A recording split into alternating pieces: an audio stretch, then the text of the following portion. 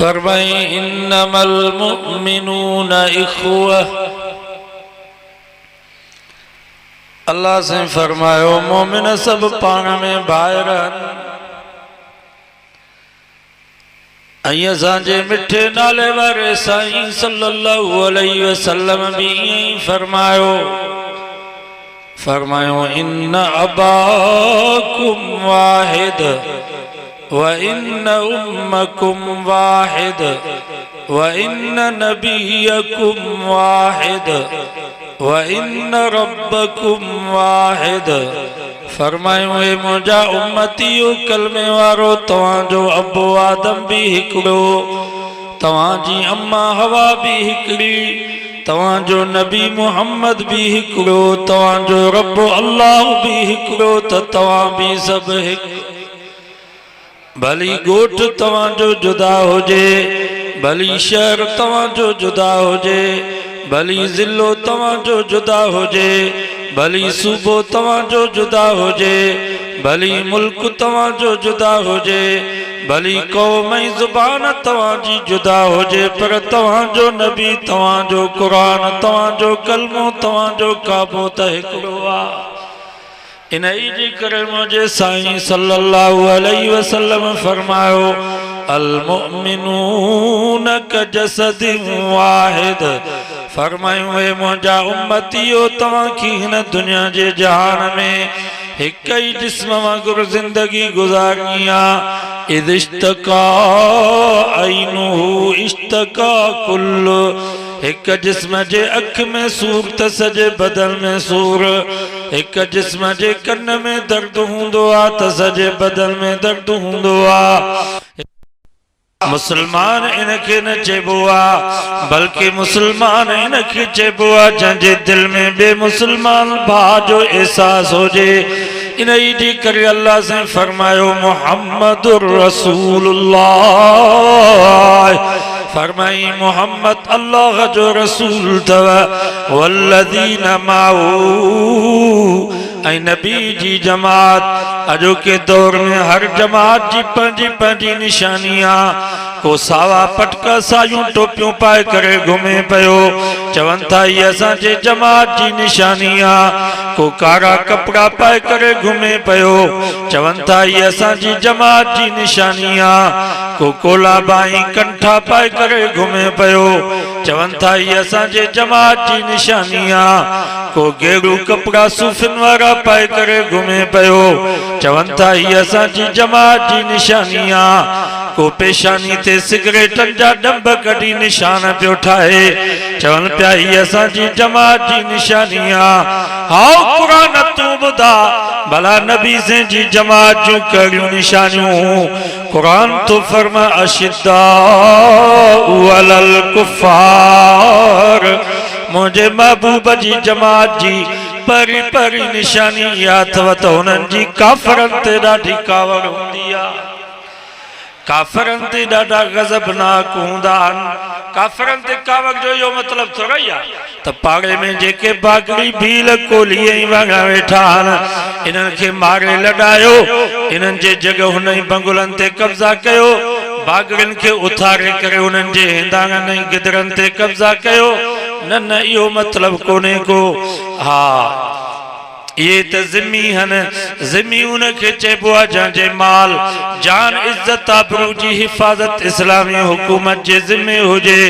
इन जे करे मुझे सोने अली से फरमायो असांजे इस्लामी हुकूमत में जेके भी गैर मुस्लिम रहन था, अमवालुहुम का अमवालिना व दिमाउहुम का दिमाइना व निसाउहुम का निसाइना।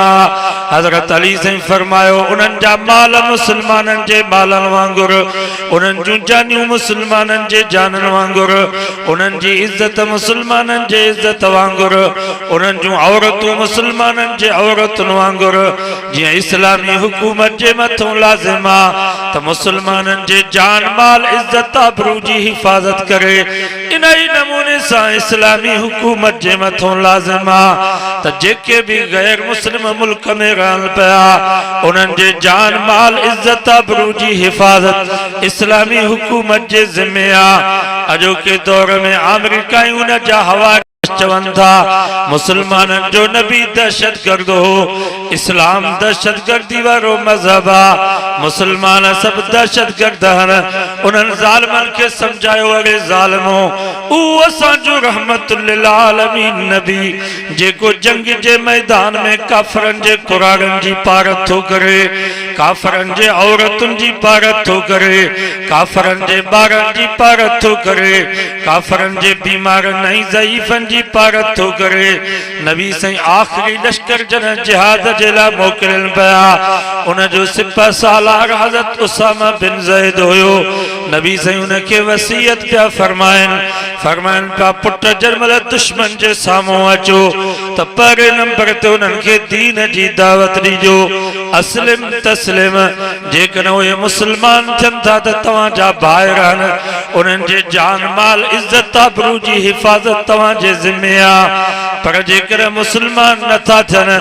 ॿी सूरत में उन्हनि खे जिज़े जी दावत ॾिजो यानी इस्लामी हुकूमत क़बूल कयो इन्नल अर्ज़ लिल्लाह ये ज़मीन अल्लाह जी आहे ये मखलूक अल्लाह जी आहे अला लहुल ख़ल्क़ु वल अम्र मखलूक भी अल्लाह जी आहे त हिन ते कानून भी अल्लाह जो हलंदो जेकॾहिं रब जी हुकूमत के अल्लाह जे कानून के मञनि था पोइ भी उन्हनि जी जान माल इज़त आबरू जी हिफ़ाज़त तव्हांजे ज़िम्मे आहे पर जेकॾहिं मुसलमान भी नथा थियनि इस्लामी हुकूमत भी क़बूल नथा कनि नबी साईं फरमायो टी सूरत में जंग कजो पर ख़बरदार तव्हांजे तलवार जे ज़िद में काफ़िर जी औरत न अचे तव्हांजे तलवार जे निशाने में काफ़िरनि जो कुराड़ो न अचे तव्हांजी तलवार काफ़िर जे मासूम ॿार ते न वहे कंहिं बीमार ज़ईफ़ ते तव्हांजी तलवार न वहे सांगी जा मुसलमानो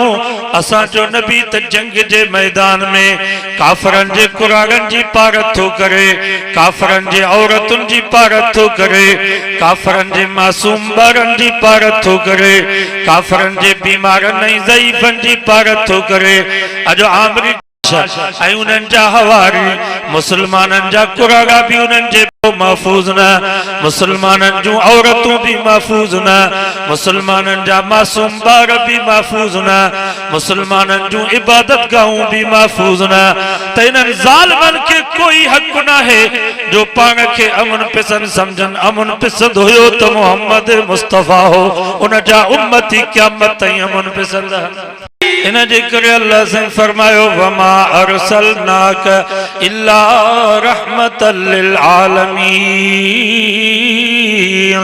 ओ मुंहिंजा सोना मोहम्मद मां रब तोखे सभिनीनि जे लाइ रहमत बणाए करे मोकिलियो आहे तूं पंहिंजनि जे लाइ बि रहमत परावनि जे लाइ बि रहमत दोस्तनि जे लाइ बि रहमत दुश्मननि जे लाइ बि रहमत मुसलमाननि जे लाइ बि रहमत काफ़िरनि जे लाइ बि रहमत वमा अरसलनाक इल्ला रहमतल लिल आलमीन ओ मुंहिंजा सोना मोहम्मद जंहिंजो नालो बि माण्हू आहे तूं मोहम्मद उन्हनि जे लाइ रहमत बणिजी आयो आहे इन ई जे करे ग़ज़वे हुनैन जे मौक़े ते हातिम ताईअ जी धीउ अदी बिन हातिम जी भेण सफ़ाना गिरफ़्तार थी पई आहे हालांकि विढ़ण जे लाइ आई हुई जंग करण जे लाइ आई हुई जंगी क़ैदियानी हुई उन जो मथो उघाड़ो हुयो नबी साईं पंहिंजे नबूवत वारी पाक चादर लाहे करे फरमायो हिन न्याणी जे मथे ते रखो साहबाज़ कयो इन्नहा काफ़िरतुन साईं त काफ़िराणी आहे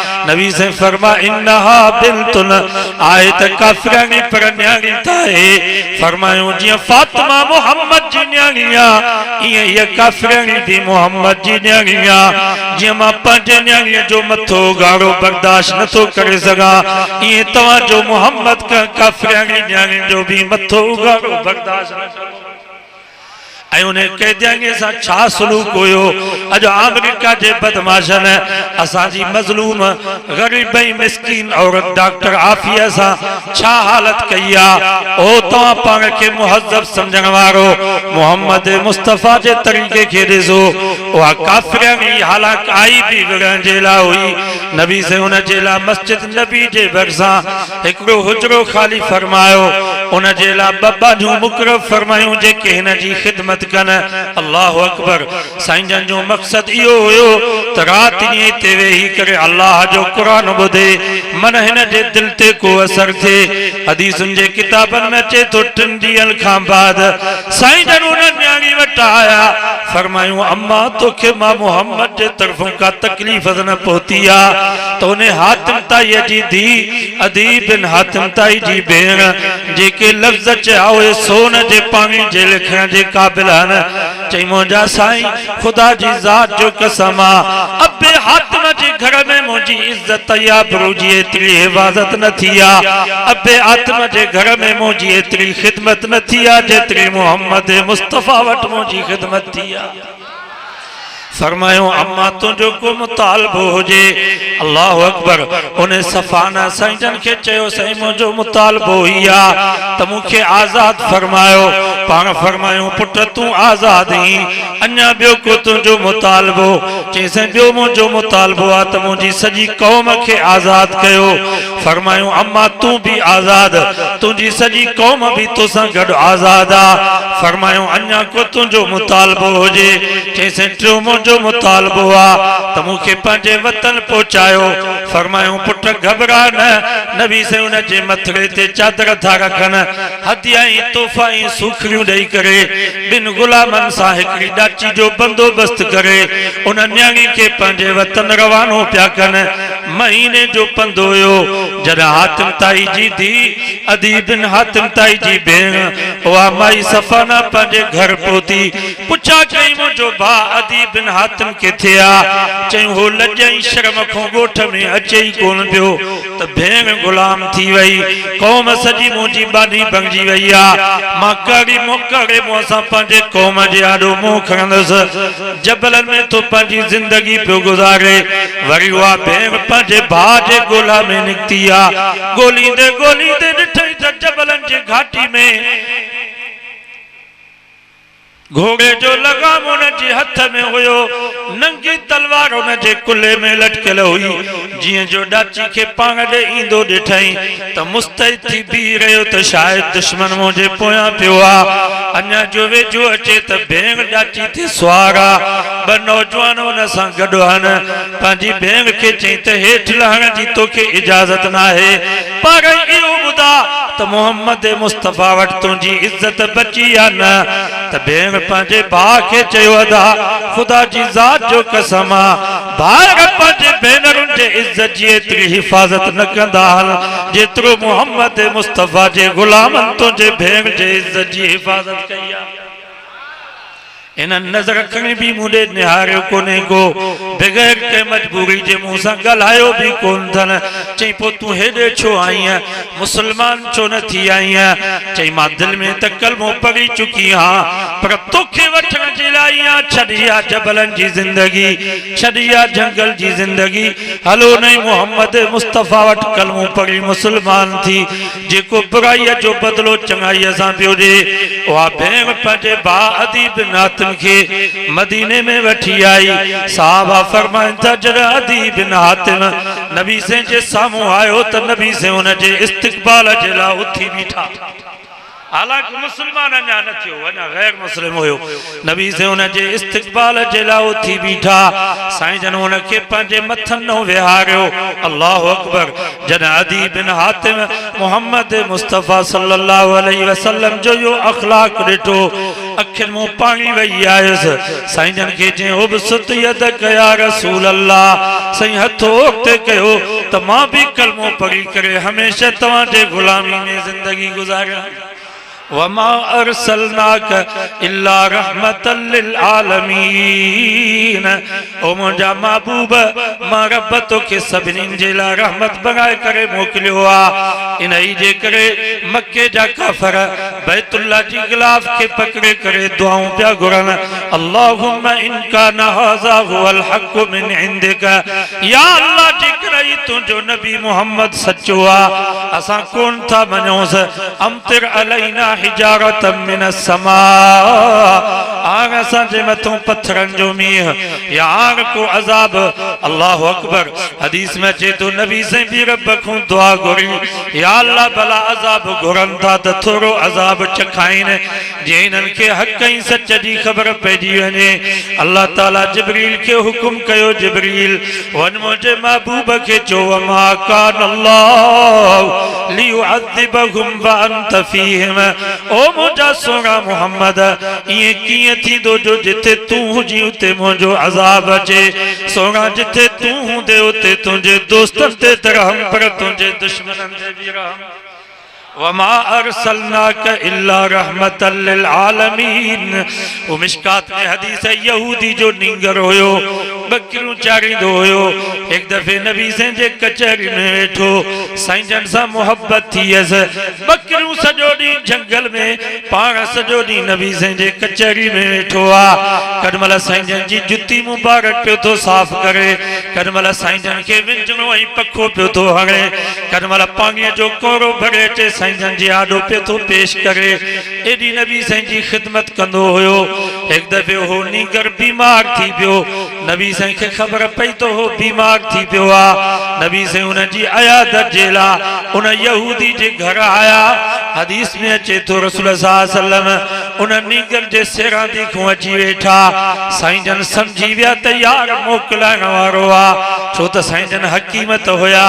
नबी साईं उन जे पेशानी ते हथड़ो मुबारक रखी करे फरमायो पुट हाणे ज़ुबान सां कलमो पढ़ जीअं क़यामत जे ॾींहुं मूंखे बहानो थी पवे त ही मुंहिंजो आ। तो नीगर ज़रे साईं जन ॾे पियो निहारे ज़रे पीउ ॾे पियो निहारे अखियुनि मां भी पानी पियो वहेसि सोचे पियो जेकर कलमो पढ़ंदुसि साईं राज़ी थींदो पर बाबो नाराज़ थी पवंदो जेकर कलमो नथो पढ़ां बाबो त राज़ी थींदो पर साईं नाराज़ थी पवंदो।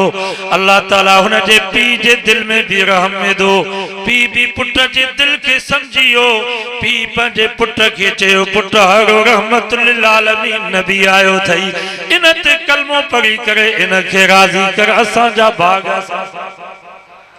वो नीगर कलमो पढ़ी मुसलमान थियो उन जो दम परवाज थियो नबी से उन नीगर जो जनाजो खणाए आया। अम्मा आशा फरमाए थी मां पंहिंजे महबूब जे चेहरे में कदे भी एतरी खुशी कान ॾिठम जेतरी उन नीगर जे कलमे पढ़ण जे करे मुंहिंजे महबूब के खुशी थी। फरमायो इन के गुस्ल करायो कफन जी ला चादर न हुजेसि मां मोहम्मद मुस्तफ़ा जी या चादर कफन जे तौर ते इन के पारायो।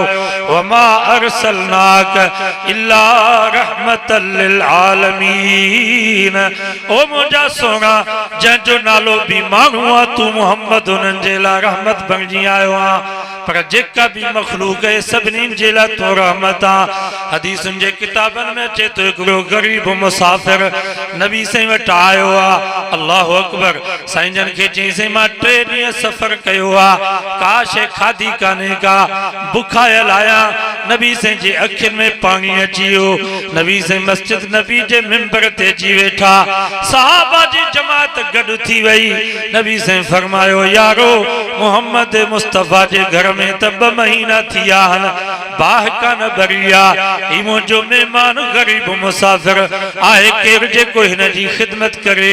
अल्लाह अकबर। हाकिम ईअं थींदा हाकिम भी गरीब नबी साईं जी जेका काबीना ही जेके मिंबर हुया उहे भी सब मिस्कीन ऐं गरीब। हिकिड़ो नबी साईं जे काबीना जो मिंबर साहबी उथी बीठो सही मां इन जी ख़िदमत कंदुसि। नबी साईं फरमा जज़ाकल्लाह पुट अल्लाह तोखे भलो बदलो ॾींदो। ओ नबी साईं जो साहबी साईं जन जे काबीना जो मिंबर उन गरीब मुसाफ़िर के पंहिंजे घर वठी आयो। घरवारी के चई फलाणे जी मां मुबारक हो जाई अॼु नबी साईं जो मेहमान हिकिड़ो गरीब मुसाफ़िर आयो आ घर में खाइण जी लाइ का शइ आहे। घरवारी चयो फलाणे जा पी ॿियो त कुझु कोन्हे को हिकिड़े माण्हूअ जो खाधो आ महिमान खाईंदो त बच्चा भुख ते सुम्हंदा बच्चा खाईंदा त महिमान के कुछ भी न मिलंदो। चई मेहमान किस्मत सां आयो आ बच्चन के परचाए करे भुख ते सुमार मेहमान के मानी खाराइणी आ। ॿुधो मुसलमानो हिया मोहम्मद मुस्तफ़ा जे काबीना जा मिंबर पाण भी बुख ते सुतो ज़ाल भी बुख ते बच्चा भी बुख ते सुता उन गरीब मुसाफिर के मानी खारायो सुबह जो जॾहिं फजर की नमाज ते अचे पयो अल्लाह ताला जिब्रील के हुक्म कयो जिब्रील जी रब्बे जलील वन मुझे महबूब के जो वयुसिरूना अला अनफुसिहिम वलौ कान बिहिम खसासा ओ मुझा सोना मोहम्मद मुस्तफ़ा मां तुझे काबीना जे सभिनी मिंबरन को राज़ी हां खुसूसन इने तुझे मिंबर तुझे साहबी जी अदा मां रब के एडी वणी वई जो पाण भी बुख ते ज़ाल भी बुख ते बच्चन के भी बुख ते सुमारई गरीब मुसाफिर के मानी खाराई सोना जी पहुंचंदो वने मां खुदा जा सलाम चइजा मां रब बिन्हीं जहानन में इन्हनि को राज़ी थी हाकिम ही न के चइबो त पाण बुख ते होजे अवाम खुश अवाम के तकलीफ न पहुंचे बाबा नबी साईं सजी दुनिया जा हाकिम होया या न ऐं नबी साईं जा जेके सहाबी आ ये नबी साईं जे काबीना जा मेंबर आ असेंबली जा मेंबर आए इन जी करे हजरत उमर फारूक फरमायो जेकर मुझे दौरे हुकूमत में इराक जे फरात नदी ते को कुत्तो बुखई उन ते मरियो उमर उन जो भी हिसाब नहीं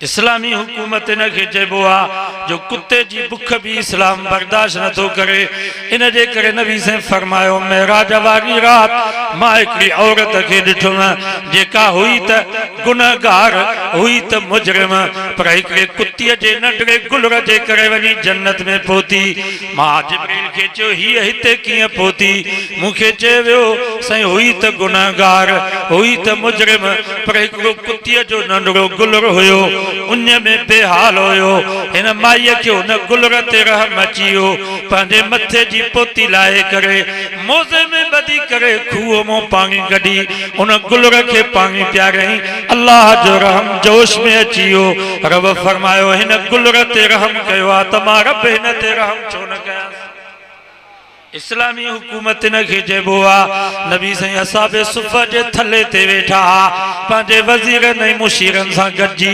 हिकिड़ी ॾाची भॼंदी आई डुकंदी आई पंहिंजो मथो अचे नबी साईं जे झोलीअ में सटियई सभु साहबी उथी बीठा साईं ॾाची मस्त थी आ मतां तव्हांखे तकलीफ़ जे नबी साईं फरमायो मां सिर्फ़ इंसाननि जो नबी न आहियां मां जानवरनि जो भी नबी आहियां ही भी मां मोहम्मद खे सुञाणल ॾिया नबी से फरमाए न ॾाची जो मालिक का थिया एकड़ो मुसलमान उठी बीठो जैसे मां न जो मालिक आ फरमाए न ॾाची के तकलीफ है चुटन जी बीमारी ॾाची शिकायत कई आ मुझो मालिक मुखे मोहलत न थो दे मुखे आराम करो न थो दे मां बीमार अल्लाह अकबर उन्हें मुसलमान चो से वाके मां समझा तो त ॾाची डुबरी आ इनके बीमारी आ पर मुझा साईं मुझो गुज़र इन ॾाची ते आ जेकर हफ्तो इनके मोहलत नहीं दस मुझे बच्चन जे रोजी जो मसलो आ नबी से फरमा ऐन बिलाल कथे आ बिलाल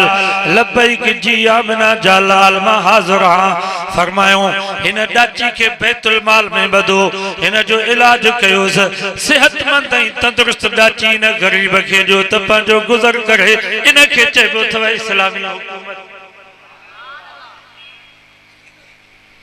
असांजे मुल्क जा वज़ीर उन्हनि जो हाल इहा जो मथे में सूर तो पए त बर्तानिया पिया पहुचनि ऐं ग़रीब जो हाल इहो जो इनखे अस्पताल में स्प्रे जी गोरी बि न पई अखबार में तव्हां पढ़ियो हूंदो ठुल में के ग़रीब मिसकीन जी माई डिलीवरी जे लाइ डॉक्टर नहीं डॉक्टर धिक्का ॾेई करे उनखे अस्पताल मां कढी छॾियो इंजेक्शन बि न आयो पछाड़ी में अस्पताल जे सहन ते उन माई पंहिंजे बच्चन के जॻह ही मुल्क पाकिस्तान आ ही हुक्मरान आ जेकर तव्हां को खिदमत नथी पुजी सके तो तव्हां के हुकूमत करण जो कहिड़ो आहे बाबा मुझो मदरसो आ 100 तालिबान जेकर मां उन्हनि खे हिकिड़ो वेलो मानीअ जो न खाराए सघां मूंखे हक़ आहे जो मां मदरसो संभालियां मां ॿिए मौली साहब खे चवंदुसि मौली साहब ही मदरसो तुंहिंजे हवाले मां नथो संभाले सघां मां हिननि जी खिदमत नथो करे सघां तो जॾहिं तव्हां को खिदमत नथी पुजी सके तव्हां आवाम खे संभाले नथा सघो इस्तीफ़ा ॾेई हलिया वञो पर इन्हनि जो मक़सदु अवाम जी ख़िदमत न आहे, इन्हनि जो मक़सदु अवाम जो रत चूसण। ओ दौर भी हुयो जो मुझो सोनो अली साईं 22.5 लख मुरबा मैल जो हुक्मरान होयो। उन जी आडो हिकड़े गुलाम मुख्तलिफ किस्मन जा ताम त्याग करे आडो अची रखिया। मुझे सोने अली साईं फरमायो ही ताम मुझे मुल्क जे हर गरीब मिस्कीन जे घर पहुता। उन्हें गुलाम चयो साईं मां पैसा गडु करे ही ताम तैयार कया गरीब किथे ही ताम खाईंदा। हजरत अली से फरमायो ही ताम खन दस्तरखाने के वेड़ मुझे ला जवन जी मानी खाकू खनिया जेस ताईं मुझे मुल्क जे हर गरीब मिस्कीन जे घर में ये ताम न पहुंचंदा तेस ताईं अली यो ताम न खाईंदा। इनके चइबो थव हुक्मरान। अज वायदो कयो त इंशाअल्लाह आगा हाकिम असां चूंडींदासीं, अज़म कयो त इंशाअल्लाह 7 साल में जो ॾींदासीं। माण्हू चवंदा साईं मौलवी हुकूमत कीअं कंदा, असां पिनी सिनी मदरसा हलायूं था बाक़ी तव्हांखे संभाले न सघंदा। साईं गुलाम अल्लाह साहब पिनी सिनी 150 तालिब उन्हनि खे 3 वेला मानी खाराए सुबह जो चांहि पापा 6 महीने साल ते लटन जो वॻो गरीब है तो घर वने तो किरायो भी उनके ॾियनि पिया। बीमार तो थे उन जो इलाज भी करायूं पिया।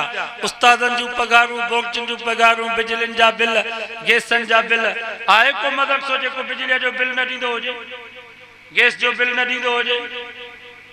असांजे कंजारे में वापडा वार आया मदरसे में चयो सही असां मस्जिद जो बिल माफ़ था कयूं मस्जिद जो बिल कोन वठंदासीं मदरसे जो बिल ईअं कुंडियूं लॻायो। असांजे उस्ताद साहब उन्हनि खे चयो न बाबा ये मदरसो आहे त दीनी तालीम ॾिनी थी वञे असां रुपए जो बिल ॾींदासीं असांखे तव्हांजी बिजली न खपे। एडी तकवा एडी परहेज़गारी एडी खिदमत असांजा आलिम कनि पिया।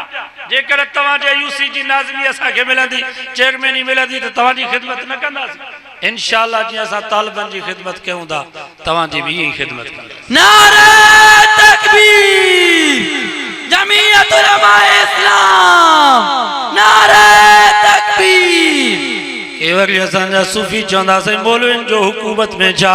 हज़रत अबू बकर सिद्दीक़ 2.5 साल 11 लख मुरबा मैल ते हुकूमत कई आहे त अॼोके दौर जे मौलवी खे भी हुकूमत करनी पवंदी। हज़रत उमर फारूक 10 साल 22.5 लख मुरबा मैल ते हुकूमत कई आहे अॼोके दौर जे मौलवी खे भी हुकूमत करनी पवंदी। हज़रत उस्मान बिन अफ़्फ़ान 12.5 साल 42 लख मुरबा मैल ते हुकूमत कई आहे अॼोके दौर जे मौलवी खे भी हुकूमत करनी पवंदी। हज़रत अली साईं 4.5 साल 22 लख मुरबा मैल ते हुकूमत कई आहे अॼोके दौर जे मौलवी खे भी हुकूमत करनी पवंदी। हज़रत अमीर मुआविया रज़ी अल्लाह ताला अन्हु 19 साल 62 लख अध दुनिया ते हुकूमत कई आहे अॼोके दौर जे मौलवी खे भी हुकूमत करनी पवंदी। मुंहिंजो सुहिणो हुसैन साईं करबला जी सरज़मीन ते पंहिंजा बच्चा पंहिंजा भाइर पंहिंजा भाटिया पंहिंजा साथी पंहिंजी जान कुर्बान करे नाने मुस्तफ़ा जी उम्मत के सबक ॾिनो त हुकूमत हक़ आहे त आलम जो हक़ आहे का बेदीन सरमाएदार शराबखोर जो कोई हक़ न आहे जो हिन अवाम जे मथां हुकूमत करे। मां तव्हां खां पुछां थो सुहिणो हुसैन साईं करबला जी सरज़मीन ते छो आयो? यज़ीद जी बैयत करे आ छो न बैयत कई? हज़रत हुसैन साईं पंहिंजो सब कुछ कुर्बान करे नबी साईं जी उम्मत के सबक ॾिनो त हुकूमत हक़ आहे त आलम ऐं जॾहिं आलमनि जी हुकूमत हुई उन वक़्त में बरकत एतिरी ही जो हज़रत उमर बिन अब्दुल अज़ीज़ जी ज़माने में कणक जो दाणो खजूर जे खारक जेतिरो पियो थिए। सब चो सुभान अल्लाह। जॾहिं आलमनि जी हुकूमत हुई उन वक़्त में बरकत एतिरी हुई। तारीख़ बगदाद जो तमामु मुतालियो कयो। बगदाद में जेको गिदरो पियो पैदा थिए 30 किलो न जो वज़न हुयो माखी ऐं मिस्री खां वधीक मिठो हुयो। जॾहिं आलमनि जी हुकूमत हुई उन वक़्त में बरकत एतिरी ही अफ़गानिस्तान में जॾहिं इस्लामी हुकूमत आलमनि जी हुई उन वक़्त में बरकत एतिरी ही जो पाकिस्तान में 15 रुपया किलो अटो पियो मिले अफ़गानिस्तान में 5 रुपया किलो अटो पियो मिले। हालांकि कणिक हिते पई पैदा थिए उते रुगो जबल आहे पर बरकत एतिरी ही जो 5 रुपए में अटो किलो अटे जो पियो मिले हिते 15 रुपया पियो मिले। ॿुधायो क़ुरान जे कानून में बरकत आहे या न? बदकिस्मती थी वही 64 साल गुजरिया असा कुरान मजीद के कानून जो मज़ो चखियो ही कोने इन जे करे कदर ना है अज अज़म कयो त इंशाअल्लाह इन बलदियाती इलेक्शन में असा साथ आलमन जो दींदासीं जी असा जनाजा आलमन को पिया पढ़ायूं निकाह आलमन को पिया पढ़ायूं दुआऊं आलमन को पिया घुरायूं इंशाअल्लाह असा जो वोट असा जो साथ आलमन सा होंदो पो हिते आलमन सा गड हूं त जन्नत में भी यही आलमन सा गड हूंदासीं।